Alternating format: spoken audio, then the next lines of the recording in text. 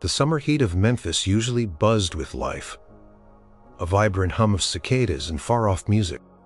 But inside Graceland, a different kind of quiet had settled, heavy and suffocating, clung to the velvet curtains, seeped into the polished floors, and wrapped itself around Elvis Presley's heart like a vice. His mother, Gladys, was fading. Each day she seemed to shrink a little more, her once bright eyes now clouded with a weary kind of pain. Elvis sat by her bedside, holding her hand, its skin fragile and cool. The world outside, the screaming fans, the sold-out concerts, the flashing cameras, it all felt distant, unreal. What good was all that fame, all that money, if it couldn't buy her back her health? He was the king of rock and roll, but here, in this quiet room, he felt utterly powerless. "Mama," he whispered, his voice rough with unshed tears. "You just gotta get better, you hear me?" Gladys offered a weak smile, a wisp of the sound escaping her lips. "Oh, my sweet boy, I'm trying." Trying, that word tore at him. She was trying so hard, fighting a battle he couldn't see, couldn't fight for. The doctors had been in and out for weeks, their faces grim, their words vague and disheartening. Liver trouble, they said. Complications. There wasn't much more they could do. Each medical pronouncement felt like a hammer blow, chipping away at his hope. Vernon, his father, sat slumped in an armchair in the corner, his own face etched with worry lines. He loved Gladys fiercely too, but his grief was a quieter, more resigned thing. Elvis, on the other hand, was a storm brewing. He couldn't accept it. Not his mama, not the woman who was his anchor, his biggest fan, the one who understood him without him having to say a word. He remembered sitting on her lap as a little boy, her singing him lullabies. He remembered her pride when he first sang on the radio, the way her eyes shone. She was the reason he was Elvis. She was the reason for everything. And now she was slipping away. He gently stroked her hair, soft as spun moonlight. Her breathing was shallow, a faint rustle in the silent room. He wished he could trade places with her, take on her sickness, bear her pain. He'd sing every song in the world if it would just make her well again. He'd give up every dime, every record deal, every flashing light. One afternoon, as the Memphis sun beat down relentlessly outside, Elvis paced the halls of Graceland like a caged tiger. The quiet was unbearable.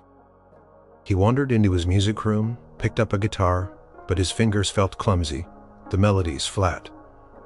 How could he make music when his heart was breaking? He overheard Vernon talking to a cousin in the kitchen, their voices low and hushed. "The doctors, they've done all." Elvis froze, a cold dread washing over him. God's hands. Was that it then?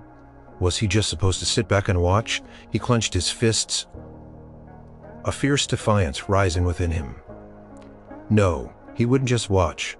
He wouldn't give up. Not yet. He thought of all the stories he'd heard, whispers, bagged hushed conversations in dimly lit recording studios, stories of unexplained healings, of people finding miracles in the most unexpected places. He'd always dismissed them, too busy with his whirlwind life. But now desperation made him listen. Desperation made him believe. His mind raced, spinning wild theories, grasping at straws. There had to be something, someone. A forgotten herb, a spiritual healer, a place where the veil between worlds was thin, where miracles truly happened. He knew it sounded crazy. His manager, Colonel Parkey, would have a fitted crazer. "Mama," he whispered, his voice trembling with a new kind of resolve. "I'm gonna find it, whatever it is, whatever it takes. I'm gonna find a miracle for you." Gladys didn't respond. Her eyes closed, her breathing barely perceptible. But in that moment, Elvis felt a surge of purpose, a desperate, unwavering determination. King of rock and roll was about to embark on a different kind of journey, one fueled by a love so powerful it defied logic, a quest for a miracle that might just save his mama, or at least bring peace to his own tortured soul. Quiet of Graceland still hung heavy, but now, beneath it, a faint, desperate hum of hope began to vibrate. He would search the world if he had to. Days bled into weeks, each one a slow, agonizing slide. The doctors, their faces etched with a practiced sympathy, delivered their final crushing verdict. There was nothing more medical science could offer. It was a matter of time. The words hung in the air of Graceland like poison choking Elvis. He felt like his own lungs couldn't draw breath. He'd tried everything he could think of. He'd flown in specialists from other states, paid for experimental treatments, even consulted with dietitians and herbalists recommended by fans. Each attempt ended in the same heartbreaking silence, the same gentle shake of the head. His fame, his money, his influence, they were all useless against this relentless enemy. One night, unable to sleep, Elvis found himself in the kitchen, nursing a cup of lukewarm coffee. Vernon was there too, staring blankly out the window at the moonlit grounds. The silence between them was thick with unspoken grief. "Your mama, she's a good woman, the Lord knows she is." She paused, stirring her tea. "My cousin down in Mississippi, she was sick like this once, real bad. Doctors gave up on her." Elvis's head snapped up. "What happened?" he asked, his voice sharp with a sudden desperate hope. Martha looked at him, her gaze hesitant. "Well, she went to see this old woman. Way out in the Delta, folks called her the River Woman. Said she had gifts, knew things, knew how to mix up potions. From roots and eye." Elvis had heard such tales before, dismissed them as folklore, but now in his raw desperation they sounded like a lifeline. "The River Woman?" he repeated, the name tasting foreign and strange on his tongue. Martha nodded slowly. "Some say she draws her power from the old ways. The land, others say she just has a way with people. A special touch. It's not a miracle cure, Mr. Elvis. Not like a doctor's shot, but sometimes peace. But sometimes peace is a kind of miracle too. Isn't it?" The idea of a different kind of healing, a spiritual one, intrigued him.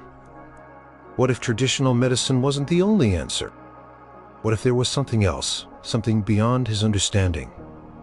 He pressed Martha for details, his mind racing. Where was this Delta? How could he find this River Woman? Martha gave him vague directions. A tiny, remote crossroads village. A specific old oak tree. It sounded like something out of a fairy tale or a dream. Vernon, who had been listening quietly, finally spoke up. "Son, you can't really be thinking of this. It's nonsense. Old wives' tales. What else is there, Daddy?" Elvis shot back, his voice rising. "What else are we supposed to do? Sit here and watch her fade? I can't. I won't. If there's even a chance, a whisper of a chance, I have to take it." Paced the kitchen, his mind alight with a new, frantic energy. He was Elvis Presley. He could go anywhere, do anything. He could find this woman. He had to. He knew Colonel Parker would go ballistic. The thought of him trying to vanish for a few days without media attention was laughable, but he didn't care. He pictured Gladys's pale face, the shallow rise and fall of her chest. The desperation in his heart was a physical ache. This wasn't just about extending her life. It was about fighting for every single moment, for every memory yet to be made. He knew deep down that even if this River Woman couldn't physically cure Gladys, perhaps she could offer something else, something for his own. He resolved to keep his plan a secret. No media, no fanfare. Just him, a desperate son, on a mission. He'd tell Vernon, of course, but only at the last minute. He couldn't risk Gladys finding out. He'd leave a detailed note for his father, outlining everything. The idea of the journey, even if it was just a wild goose chase, filled him with a strange mix of fear and exhilaration. It was action, finally, not just sitting by waiting. He would be doing something, anything, to fight for his mama. He walked back to Gladys's room, the vague directions to the River Woman buzzing in his head like a sacred chant. He knelt by her bed, smoothing her hair. "Mama," he whispered, his voice trembling with a raw, fierce promise. "I'm going to find her. I'm going to find a miracle." He knew it was a long shot, a desperate gamble against impossible odds. But in the dim light of that quiet room with his mother's fragile breath filling the air, hope, however fragile, felt like the only thing keeping him alive. And for Gladys, he would walk to the ends of the earth. The decision made, a frantic energy took hold of Elvis. He felt like a spy in his own house, moving with a newfound purpose. He knew he couldn't leave Graceland with a full entourage. Not if he wanted any hope of finding the river woman without a media circus. His very name drew crowds like magnets. He needed to be invisible, or as close to it as a man like him could be. First he had to tell Vernon. He found his father in the study, staring at a stack of bills. With weary eyes, "Daddy," Elvis began, his voice low and firm. "I'm going away for a few days." Vernon looked up, surprised. "Gore live for 2 days." He then recounted Martha's story, the whispered legend of the river woman. Vernon listened, his skepticism clear in the lines around his mouth. "Elvis, that's just talk, superstition. We need to be here with her. Not chasing phantoms in the Delta. What good is me sitting here watching her waste away?" Elvis shot back, his voice rising with frustration. "Daddy, I've tried everything else. Every doctor, every specialist. This is different. This is hope. Even if it's just a sliver of it." He leaned forward, his eyes pleading. "Please, Daddy, just let me try if there's even a chance she can find some peace, some strength. I have to go." Vernon studied his son's determined face. He saw the desperation there, but also a deep, unshakable love. He knew Elvis wouldn't rest until he'd exhausted every possibility. "All right, son," he finally sighed, running a hand over his face. "But be careful, and don't tell Gladys. She'll worry herself sick." "I won't," Elvis promised, feeling a surge of gratitude. "And I'll call every day. You keep her comfortable. Tell her I'm handling some business, something important. She'll understand." Next, the disguise. He couldn't just walk out the front door. He dug through his closet, avoiding the rhinestone-studded jumpsuits and flashy jackets. He needed something ordinary, something that screamed, "Nobody special."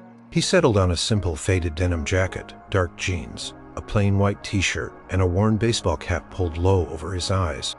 He found a pair of dark sunglasses, the kind that hid half his face. He even considered shaving off his sideburns, but couldn't bring himself to do it. Too much of him was tied up in that look. Packed a small duffel bag, a few changes of clothes, a map, old and crinkled, a worn Bible, and a thick wad of cash. No credit cards, no flashy jewelry. He decided to take his personal Cadillac, a discreet black one. Not one of his more extravagant models. It would blend in better. The keys felt heavy in his hand. Leaving Graceland was harder than he imagined. He walked through the quiet house, one last time past the closed door of Gladys's room, a knot forming in his stomach. He whispered a silent promise to her, a vow to return with whatever miracle he could find. The house felt empty, without her laughter, her presence.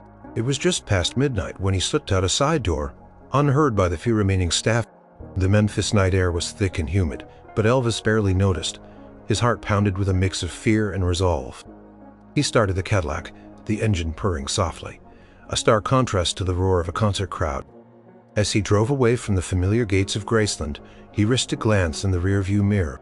The mansion, usually a beacon of light, looked dark and imposing under the pale moonlight. He was leaving behind the world he knew, the world that adored him, to chase a ghost, a legerard, a chase, a key, a legertature. For the first time in years, he was just a man on a mission, not a superstar. He thought about the river woman, about what she might be like. Would she be a wizened old crone, living in a shack surrounded by strange herbs? Would she be kind? Or would she simply tell him what the doctors already had, that some things couldn't be fixed? He pushed the negative thoughts away. He had to believe. He had to. The miles melted away, the city lights fading into the blackness of the countryside. He saw the faint outlines of fields, the occasional lonely farmhouse. The air grew thicker, heavier, smelling of earth and water as he got closer to the delta.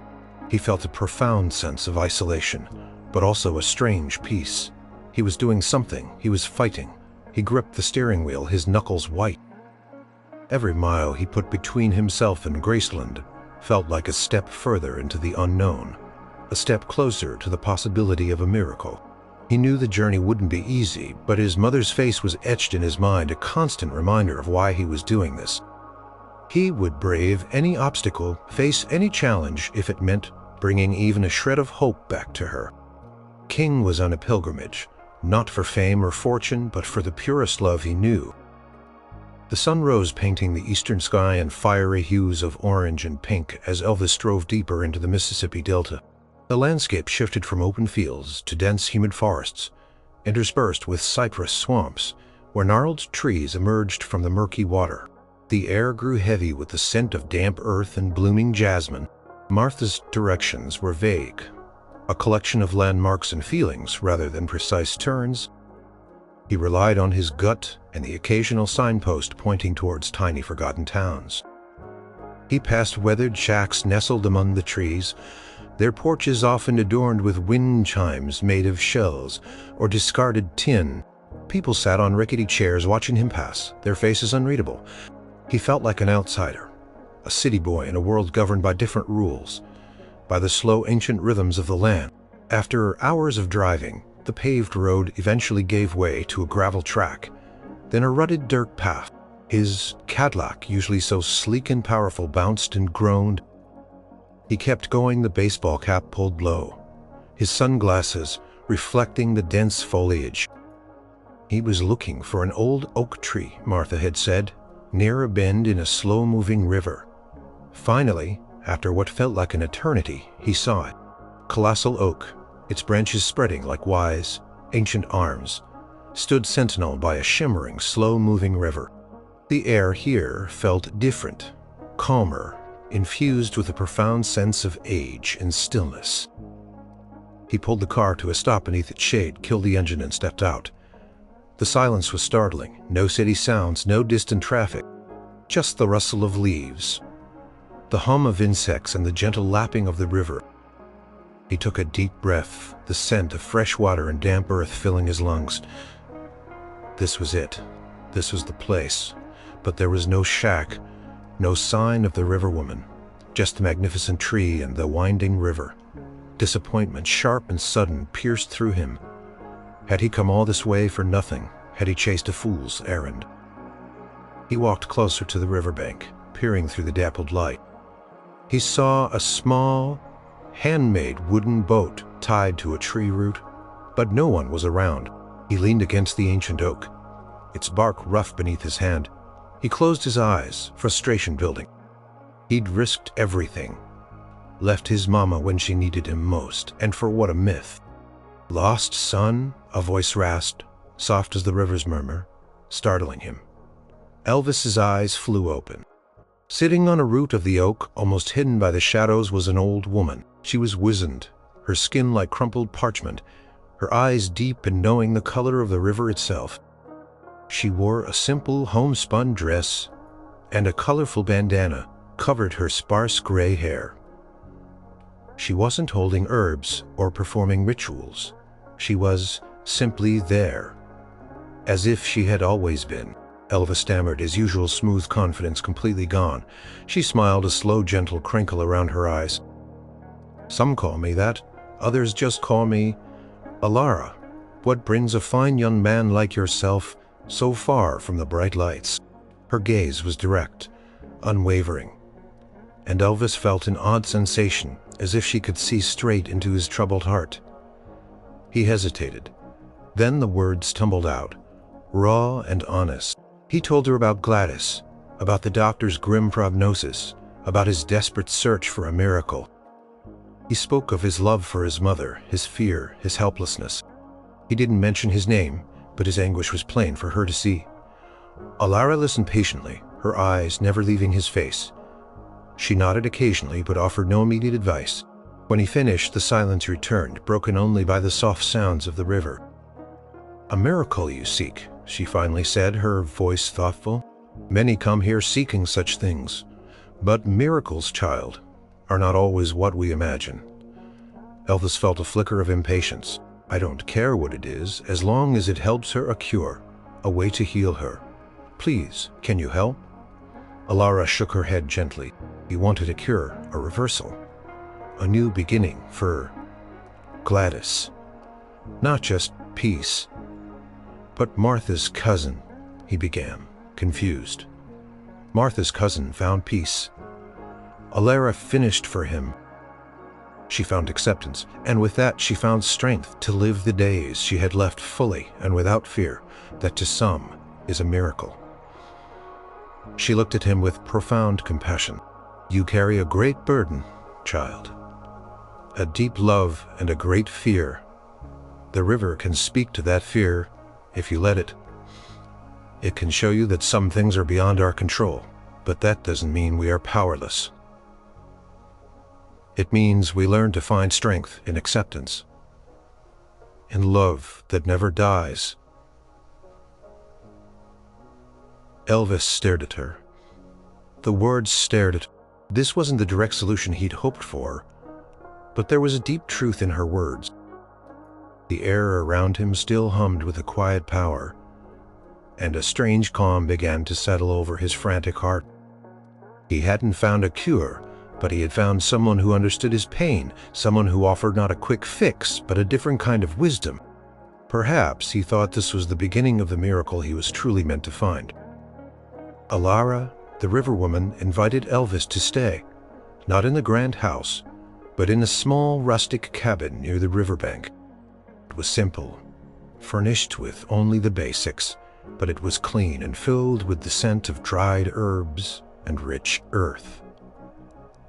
He spent the next few days with her listening. He had never encountered anyone quite like her. She simply spoke of the land, the river, and the ancient wisdom of nature.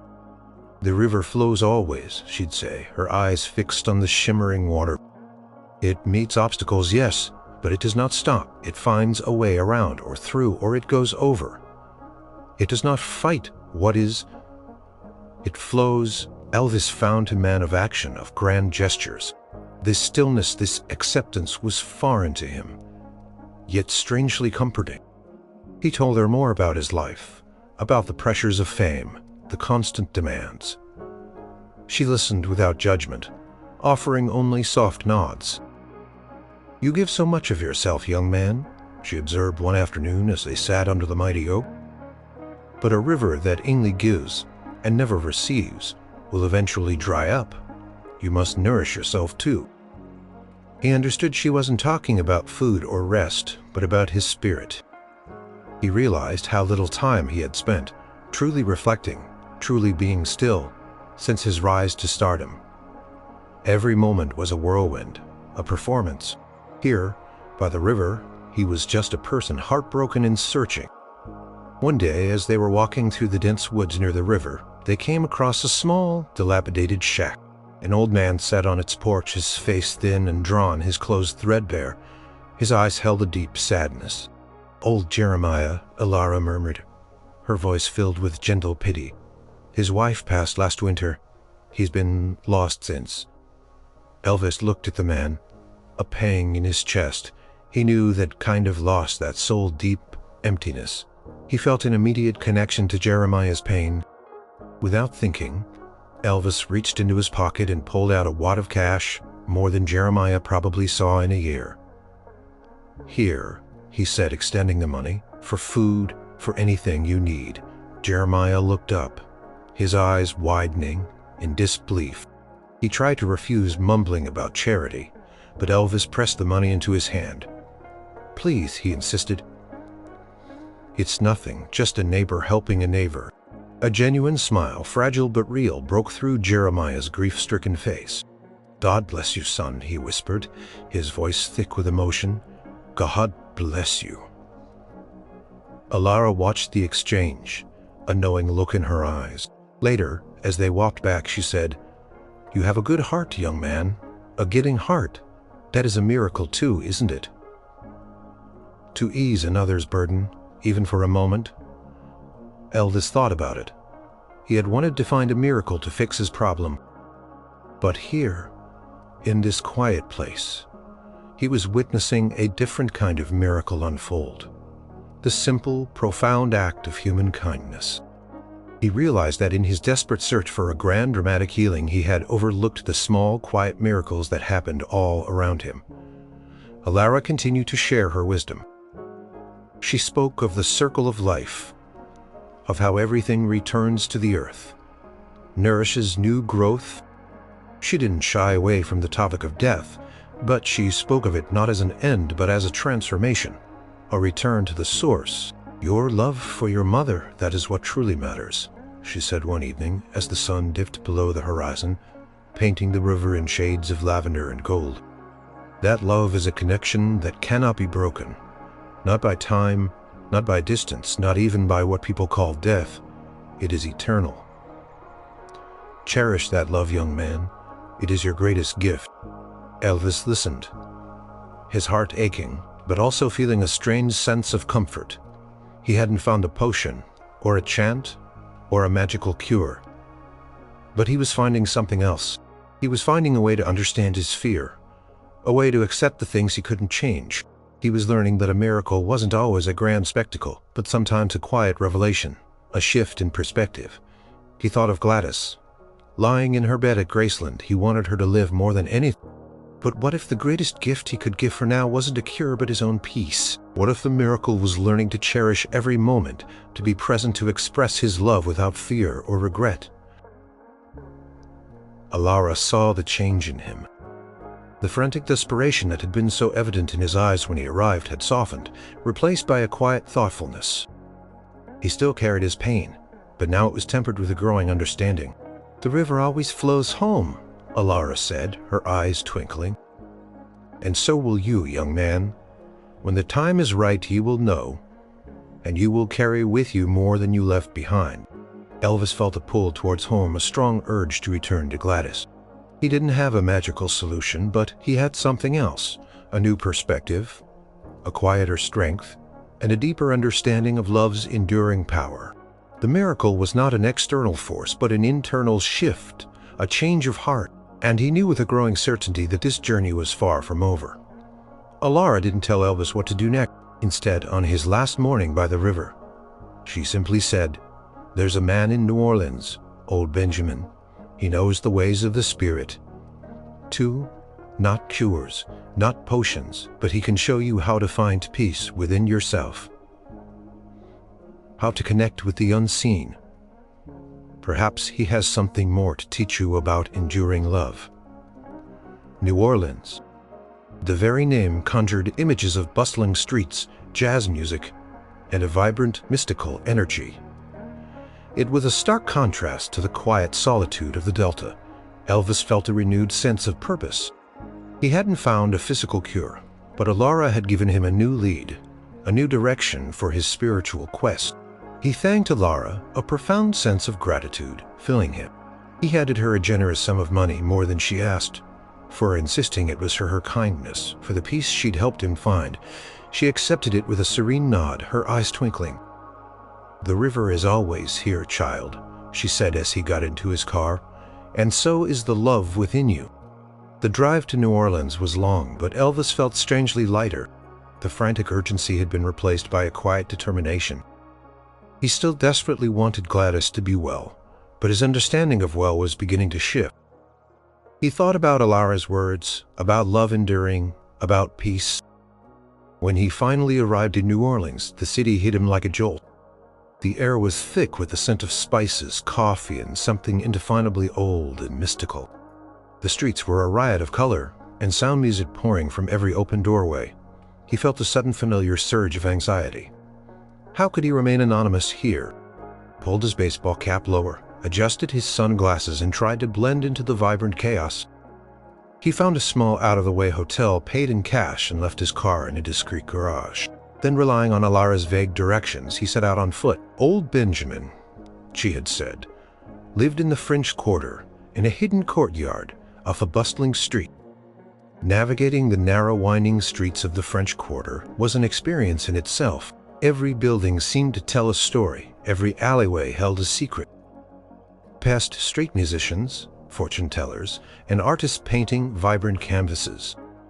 The energy was palpable, a mix of joy and a deep historical melancholy. After a confusing hour, he finally found it, a wrought iron gate tucked between a noisy bar and a voodoo shop. It led to a quiet, plant-filled courtyard, a sanctuary from the street noise. In the center, under the shade of a flourishing banana tree, sat an old man. Old Benjamin was a striking figure. His skin was the color of rich earth, his white hair pulled back in a neat braid. His eyes, though ancient, held a piercing intelligence. He wasn't dressed in anything overtly spiritual, just simple, comfortable clothes. He was polishing a collection of smooth, colorful stones. "Are you old Benjamin?" Elvis asked, his voice hesitant. Benjamin looked up, his gaze direct. "I am. And you, young man, are carrying a heavy heart. Alara sent you, I presume?" Elvis nodded, surprised that Benjamin knew. "My mother. She's very sick. I'm looking for something, anything." Benjamin gestured to a small wooden bench. "Sit. The spirits of this city have many tales to tell if you listen." Elvis sat feeling a strange mix of hope and weariness. He told Benjamin his story again. The desperate search, the fading hope. Benjamin listened. His eyes closed for a moment, then opened them, his gaze soft but firm. "Life is a river, young man," Benjamin said, echoing Alara's words, but with a different cadence. "And death is not the end of the river, but a flowing back into the great ocean. Your mother's spirit, her love, will always be part of that ocean. It will always be with you. Just in a different form." Elvis frowned. "But I want her here with me now, to grieve, to yearn." But true peace comes when we understand that love is not confined to the body.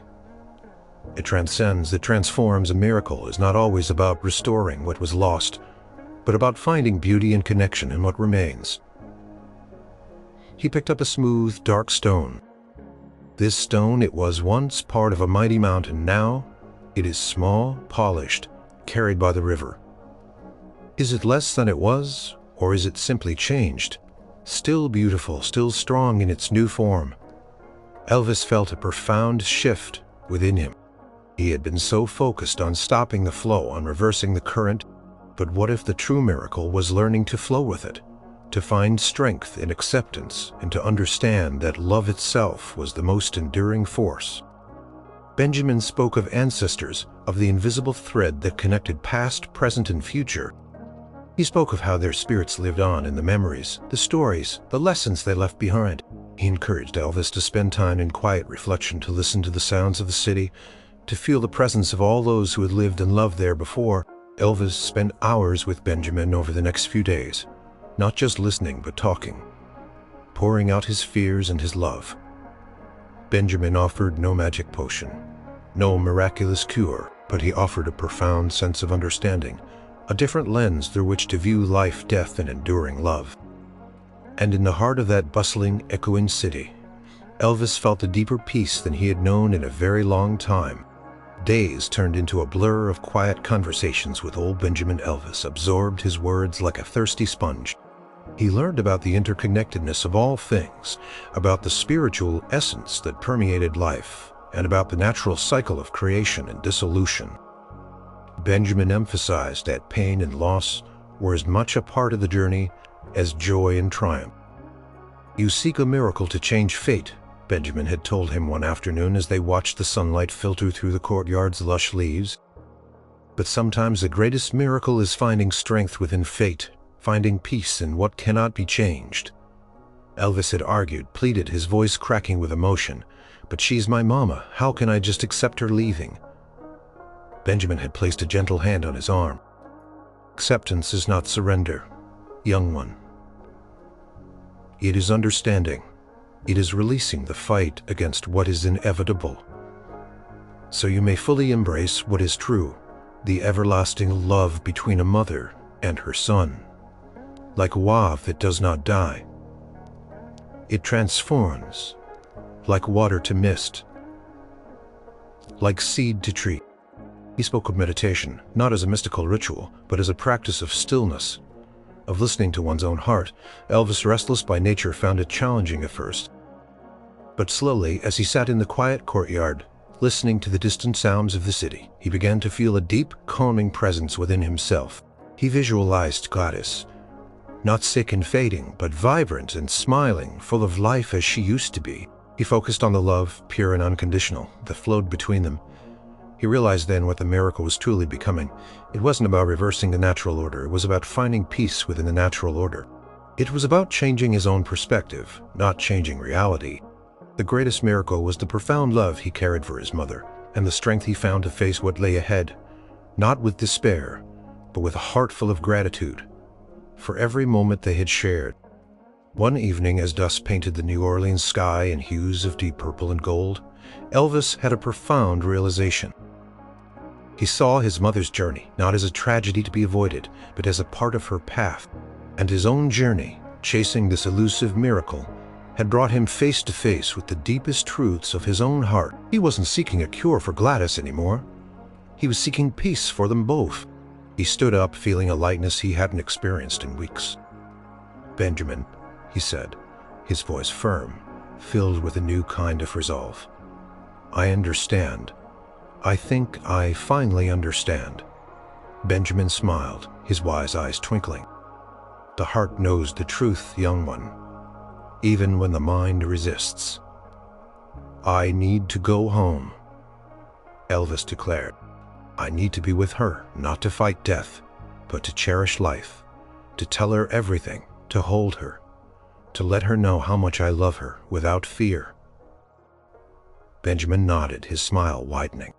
"That is the greatest gift you can offer her and yourself." Elvis felt a powerful surge of love for his mother, pure and untainted by fear. He realized his quest had taken him to the heart of something far more profound than any physical cure. He had come searching for a supernatural intervention, but he was leaving with a deeper understanding of human spirit, of love's enduring power, and of the peace that comes with acceptance. He spent his last night in New Orleans, walking through the quiet streets, the jazz music, a soothing hum, the city's ancient magic seeping into his soul. He thought of Alara by the river and Benjamin in the courtyard. They hadn't waved a magic wand, but they had opened his eyes to a different kind of miracle.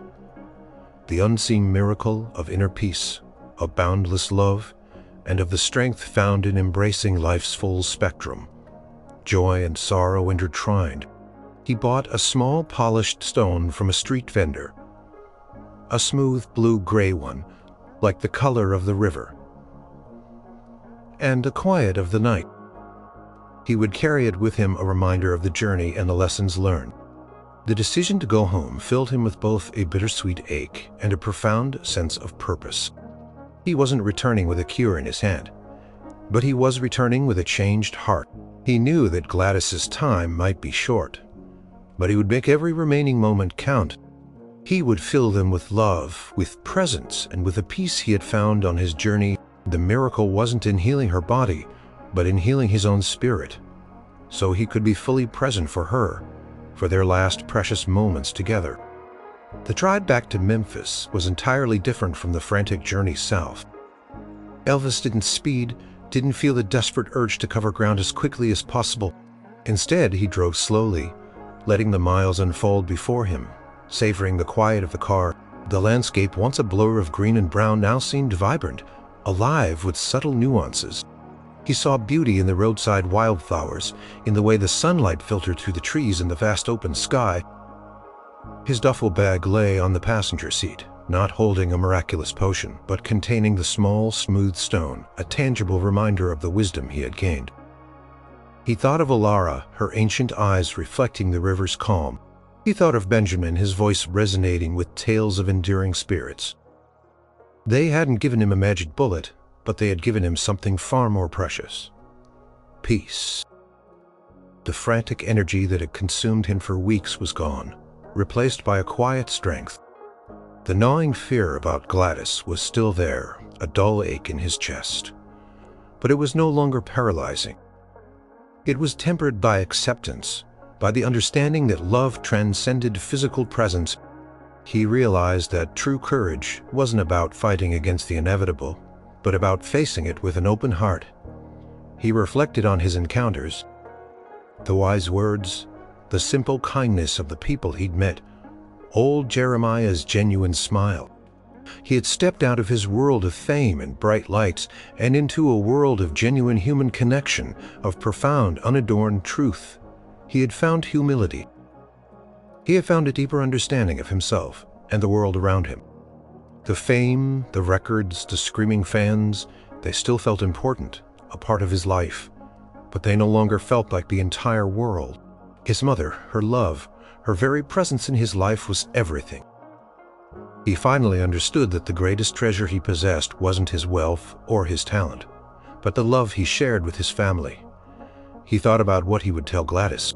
He wouldn't lie, but he wouldn't burden her with the impossible search. He would tell her about the beautiful places he'd seen, the kind people he'd met, the peace he'd found. He would tell her that he loved her more than words could say, and that he would cherish every single moment they had left. As he neared Memphis, the familiar landmarks began to appear. The city lights glowed faintly in the distance, a stark contrast to the dark, star-filled skies of the Delta. He felt a pang of anticipation, a nervous flutter in his stomach. How much had Gladys's condition changed? Would she even know him? He pushed the fear down. He would face whatever awaited him. Pulled up to the gates of Graceland, just as dawn was breaking. The house stood silent and majestic, casting long shadows across the lawn. Parked his car discreetly, removed his hat and sunglasses, and took a deep breath. Entering the house, he found Vernon asleep on the sofa in the living room, a blanket pulled over him. The house was still quiet, the heavy silence still present, but now Elvis felt a new resolve to fill it with love, not just sorrow. He gently woke his father. Vernon stirred, blinking sleepily. Then his eyes snapped open when he saw, "Elvis, you're back. How was it? Did you find?" His voice trailed off, hope and trepidation in his eyes. Elvis shook his head slowly. "No, Daddy, not what we were looking for, not a cure, but I found something else, something important." He squeezed his father's shoulder. "How's Mama?" Vernon sighed, his shoulders slumping. She's weaker, son, much weaker. The doctors say any day now." His voice broke. Elvis felt a fresh wave of pain, but it was accompanied by a quiet determination. "Then I need to be with her," he said, his voice steady. "Every moment, that's the miracle, Daddy. The time we have left the love." He walked towards Gladys's room, his heart aching but strangely full. The journey had not brought him the outcome he had desperately wished for, but it had changed him. He was no longer the frantic, desperate young man who had left. He was stronger, wiser, filled with a love that transcended fear. He was ready to face whatever lay ahead with peace in his heart, and an unwavering love for his mama. The unseen miracle had prepared him for the most important farewell of his life. Elvis opened the door to Gladys's room, his heart heavy but resolute. The air was still and quiet, filled with the faint scent of medicine. Gladys lay in her bed, barely visible beneath the covers, her breathing shallow. His heart ached at the sight of her, so fragile, so vulnerable. He walked to her bedside, kneeling down just as he had before he left. He took her hand, so frail and thin, and pressed it against his cheek. "Mama," he whispered, his voice thick with emotion. "I'm home." Gladys's eyes fluttered open. A faint smile touched her lips, a spark of recognition in her clouded gaze. "My boy," she whispered, her voice barely audible. "You came back." He stayed there for hours, holding her hand, stroking her hair. Told her about his journey, not about the desperate search for a cure, but about the beautiful places he'd seen, the kind people he'd met. He spoke of the river woman and the wise old man in New Orleans, describing the peace he had found in the quiet solitude, the deep understanding of love's enduring power. He didn't mention the word miracle in the way he had first intended, but he spoke of the miracle of connection, of shared moments, of inner strength. Gladys listened, her eyes closed for long stretches, but her hand would sometimes squeeze his. A faint acknowledgement that she was hearing him, feeling his presence. Could feel her fading, a gentle slipping away. But he also felt a newfound peace radiating from her, a calm acceptance that hadn't been there before. Perhaps his own peace had reached her, calming her spirit. Vernon came in and out, watching them with tear-filled eyes. He saw the change in Elvis, the calm strength that now surrounded him. He saw the profound love in his son's eyes, a love that was no longer desperate and frantic, but deep and accepting. Elvis filled her room with his presence, with his stories, with his quiet strength. He read to her from the Bible, sang her old hymns, the ones she loved, his rich voice soft and tender. He reminisced about their childhood together, her laughter, her unwavering support. He made sure every word he spoke, every touch, every moment conveyed the depth of his love, the immense gratitude he felt for having her as his mother. "I love you, Mama," he murmured repeatedly, pressing kisses to her hand. "More than anything in the world." Gladys would often just look at him, a profound love shining in her eyes, a love that spoke volumes without needing words. Sometimes she would whisper, "My beautiful boy," and Elvis's heart would swell, knowing he was her world, just as she was his. The next few days were a precious gift. Gladys's body was weakening, but her spirit seemed to grow lighter, more peaceful. The atmosphere in the room, once heavy with fear and sadness, was now filled with a deep, quiet love. This, Elvis realized, was the miracle he had truly found. Not a reversal of fate, but the ability to embrace it, to fill these final moments with pure, unconditional love, making them sacred and unforgettable. He held her sometimes for hours, cradling her frail body in his strong arms, whispering words of comfort and love. He felt her breath become fainter, her heartbeat slower. He knew the moment was drawing near. He wouldn't leave her side. One afternoon, as the golden sunlight streamed through the window, illuminating the dust notes dancing in the air, Gladys stirred. She looked up at Elvis, her eyes clear for a moment, filled with a beautiful, knowing peace. "My sweet boy," she whispered, her voice stronger than it had been in days. "Thank you, my heart, it's full." She reached up her hand, cupping his cheek, a gesture she had made countless times throughout his life. Elvis leaned into her touch, tears finally spilling freely from his eyes. Not tears of despair, but tears of profound love and gratitude. "I love you, Mama," he choked out, holding her close, feeling the last vestiges of her strength slip away. Gladys smiled, a radiant, peaceful smile, and then her hand went limp. She had found her ultimate peace. Elvis held her for a long time, the silence of the room now profound, but no longer suffocating. It was filled, instead, with the echo of her love, the warmth of her spirit. He had searched for a miracle to save her, and in a way he had found it. He had found the strength to embrace the natural cycle of life, to fill her last moments with pure love, and to find peace in knowing that their bond was eternal, an unseen miracle that would last forever. Days following Gladys's passing were a blur of grief, of hushed condolences, and the somber formalities of a funeral. Graceland was filled with friends, family, and the quiet reverence that accompanies profound loss. Elvis moved through it all, a hollow ache in his chest, but also a quiet strength that surprised even Vernon. He wept openly and unashamedly for his mama. His heart was broken, but it wasn't shattered beyond repair. Peace and understanding he had found on his desperate journey now served as an anchor, holding him steady in the storm of his grief. He had said goodbye with a full heart, with every possible expression of his love. There were no unspoken words, no regrets about what he hadn't done. He had given her his all, right up to the very end. He stood by her graveside, the Memphis sun warm on his face, the hymns a soft murmur in the air. He felt her presence, not as a ghost, but as a warmth in his heart, a gentle whisper of love that would always be with him. He had learned that love was not bound by physical form, that it transcended death, becoming a part of the air he breathed, the memories he cherished. In the weeks and months that followed, Elvis struggled with his loss. The pain was immense, a constant companion, but it didn't consume him. He remembered Alara's words about the river flowing on, and Benjamin's teachings about love transforming. He carried the small, smooth stone in his pocket, a tangible reminder of the lessons learned on his journey. He poured his grief and his newfound understanding into his music. His songs took on a deeper meaning, a soulful quality that hadn't been there before. He sang with a raw emotion that resonated with audiences, not just as entertainment, but as a genuine expression of the human heart. His mother's love and his journey to find a miracle had shaped him, deepening his empathy and expanding his understanding of life's profound mysteries. He became more compassionate, more attuned to the suffering of others.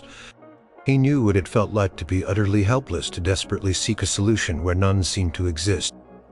This experience made him kinder, more generous, more connected to the people around him. Not just his fans, but those in need. He carried his mother's legacy not just in his genes, but in his spirit. Years passed. Elvis's fame grew exponentially, his legend solidifying. But no matter how high he soared, he never forgot the lessons learned in the quiet solitude of the Delta and the bustling mystical streets of New Orleans. He never forgot the profound understanding of love that transcended physical presence. Sometimes, when the world felt overwhelming, or the pressures of his life too heavy, he would find a quiet place. He would hold the smooth stone in his hand, close his eyes, and remember the river woman, old Benjamin, and the ultimate unseen miracle he had found. The miracle wasn't a magic cure, but the profound transformation within himself, allowing him to accept what he couldn't change and to cherish the eternal, boundless love he shared with his mother. Gladys Presley was gone, but her love, her spirit, lived on through her son. He carried her in his heart, in his music, in every act of kindness he performed. The heartbreaking search for a miracle had in the end gifted him with the greatest miracle of all: an enduring love, a peaceful acceptance, and the strength to carry on, forever changed, forever connected, and that he knew was a love everlasting,